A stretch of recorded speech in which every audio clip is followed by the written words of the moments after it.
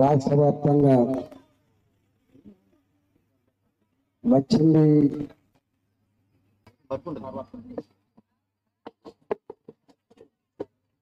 రాష్ట్ర వ్యాప్తంగా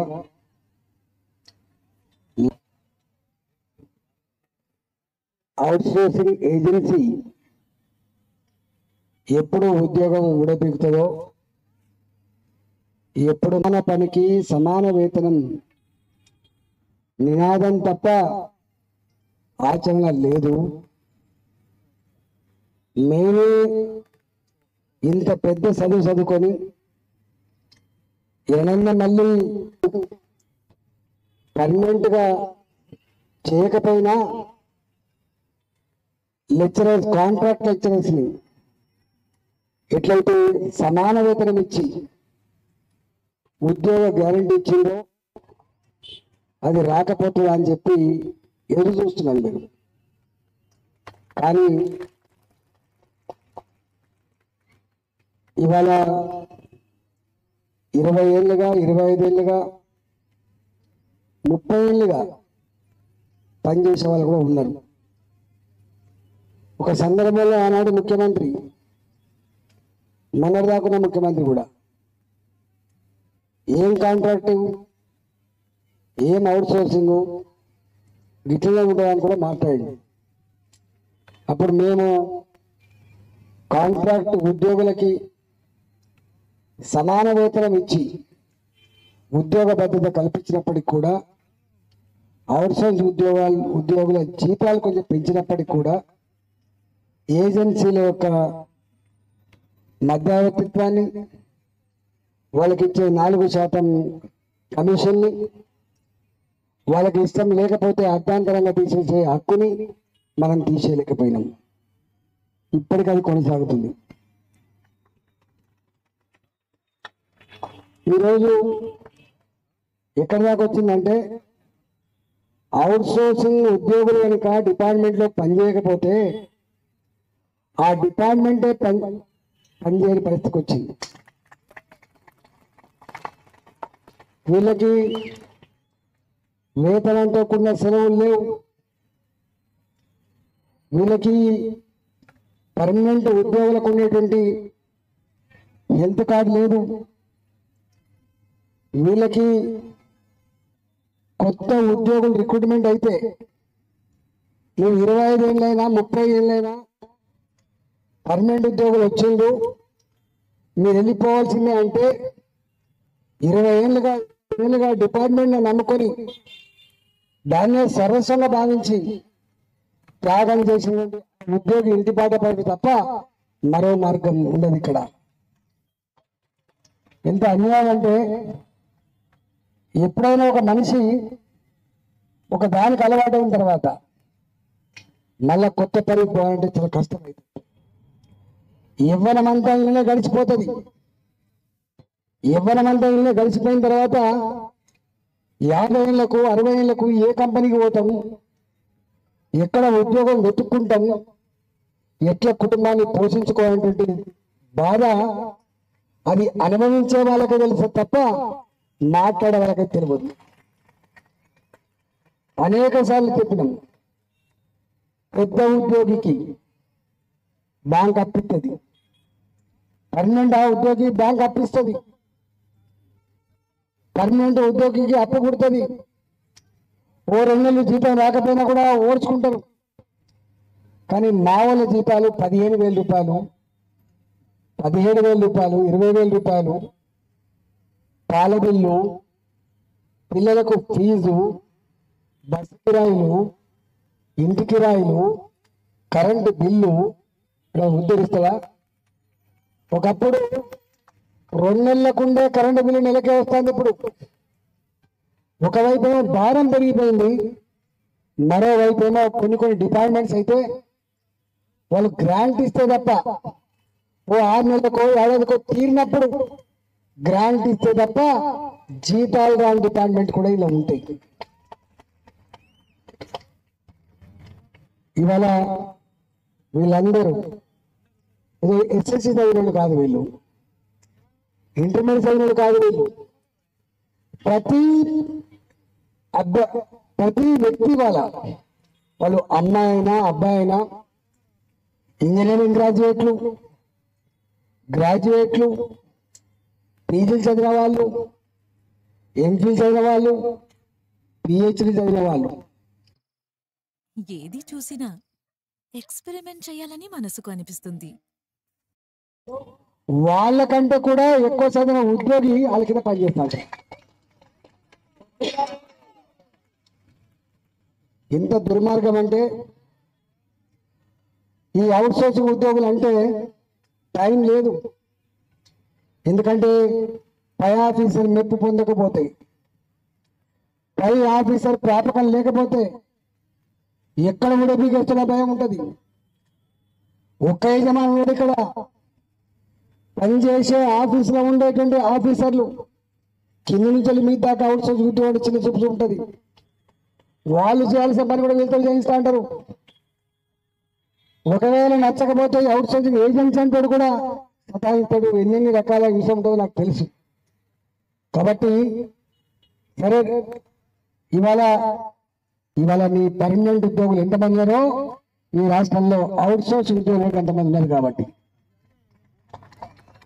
మీరు ఉద్యోగుల గురించి ఏదైతే స్పందిస్తున్నారో, ఉద్యోగుల డిఏల గురించి, ఉద్యోగుల ఇతర సమస్య గురించి ఎట్లయితే మీరు కమిటీలు వేస్తా ఉన్నారో, సమాన నంబర్ ఉన్నటువంటి అవుట్ సోర్సింగ్ ఉద్యోగుల యొక్క జీవితాల మీద, వాళ్ళ జీతాల మీద, వాళ్ళు అనుభవిస్తున్న వేదన మీద కూడా ఒక మంత్రివర్గ ఉపసంఘం ఏమని చెప్పి నేను డిమాండ్ చేస్తున్నాను.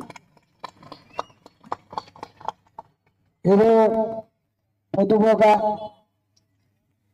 వీళ్ళు చేయాలి కాబట్టి మొక్కుబడిగా ఇక్కడ రాలే. ఇక్కడ వీళ్ళు వచ్చింది బాధ భరించలేక, కుటుంబాన్ని పోషించలేక,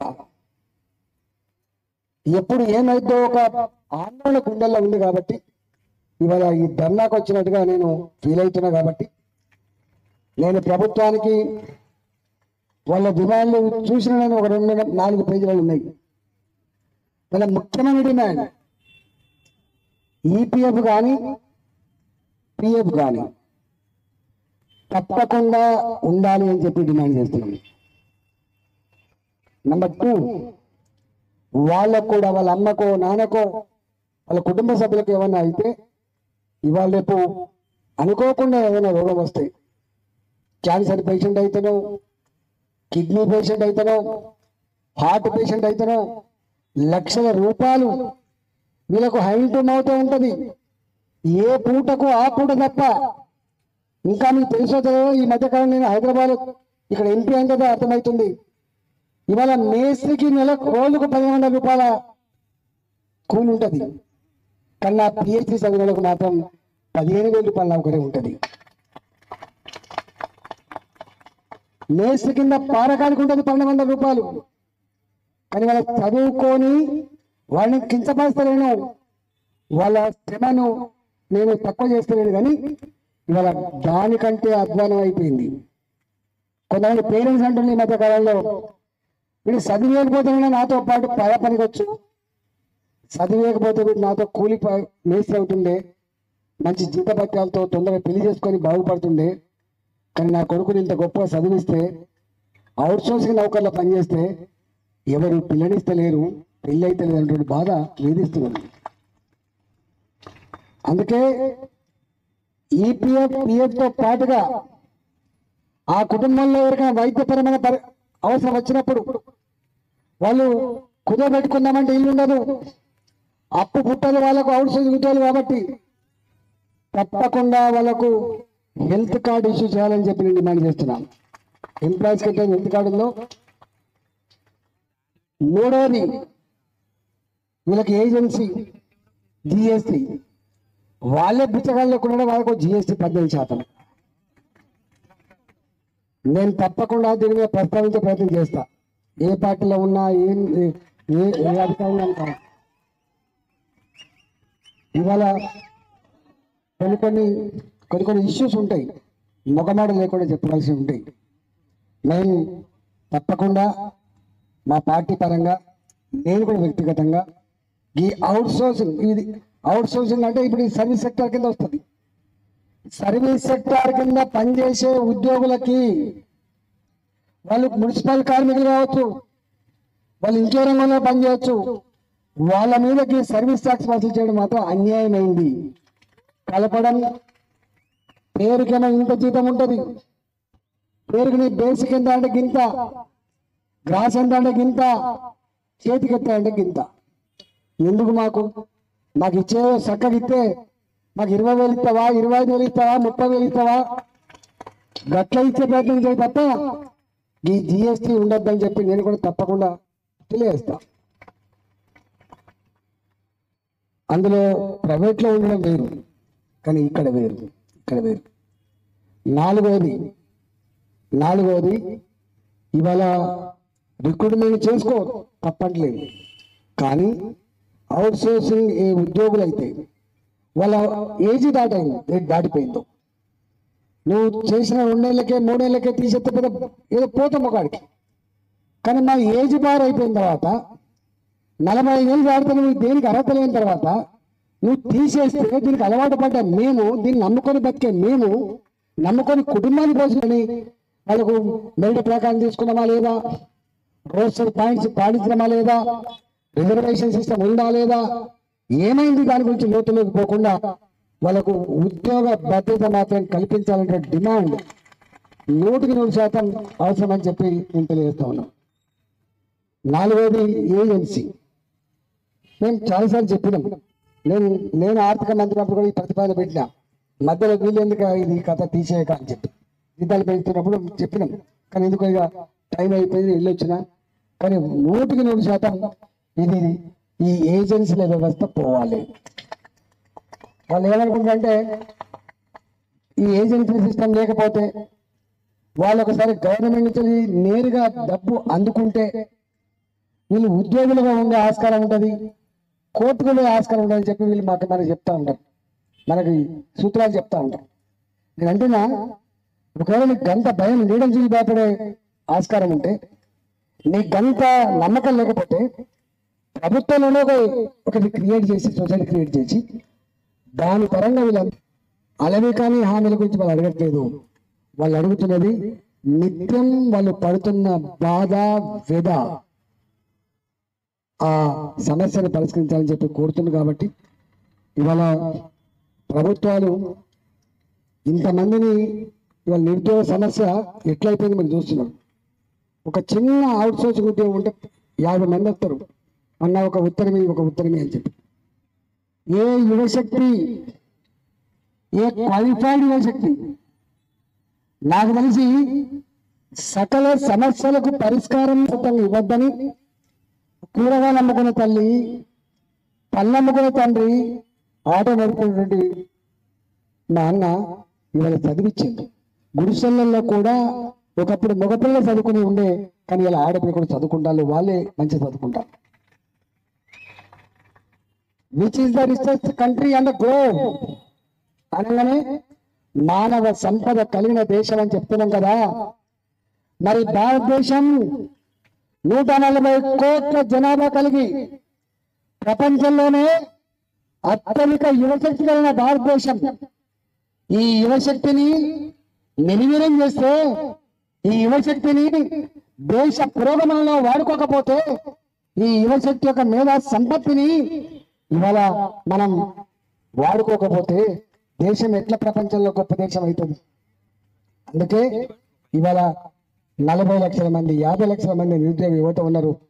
వాళ్ళు ఎక్కడో కాడ కేవలం ఇవాళ ఉద్యోగం అంటే ఉద్యోగాలు, మనం వేసే 30,000 ఉద్యోగాలు దేనికి మొదలవుతాయి?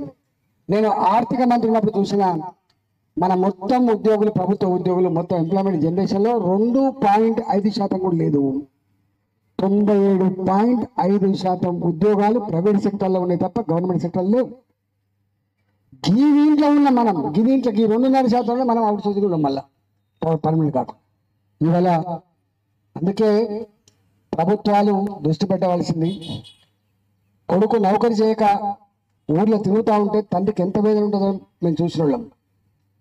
ఇవాళ ఆడపిల్లైనా మగపిల్లవాడైనా చదువుకొని, గొప్ప చదువుకొని ఉద్యోగం లేకపోతే ఎంత బాధ చూసాం కాబట్టి ఏదైనా గవర్నమెంట్ ప్రయారిటీ ఇవ్వాలి. నువ్వు వట్టిగా నాకు ఇది ఇస్తా పుక్కడకు అది ఇస్తా కాదు.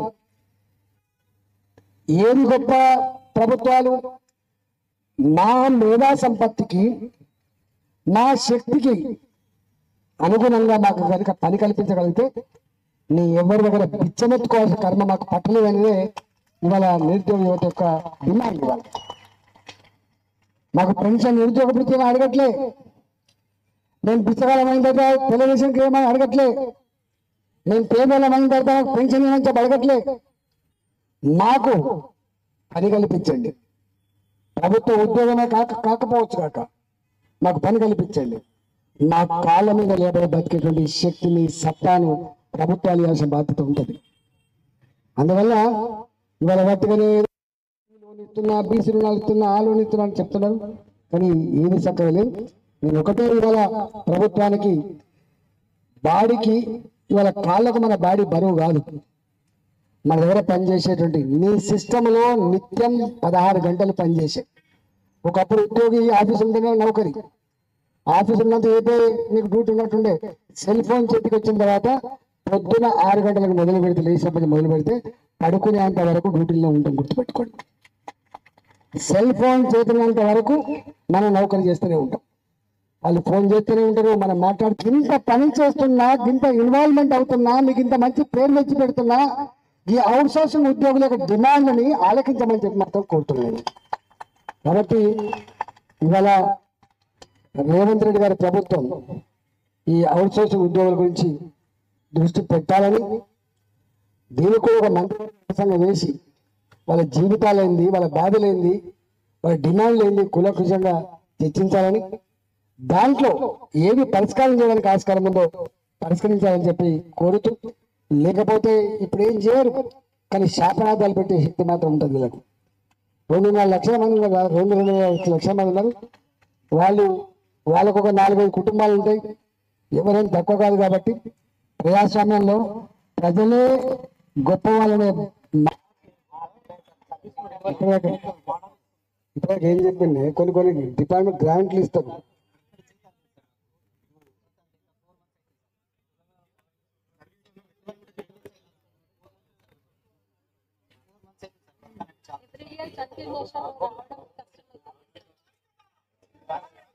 దీంట్లో నేను ఇంతకుముందు చెప్పిన జీతభత్యాలు ఎవరి మంత్ ఇవ్వాలని, ఇందులో పాల బిల్లు.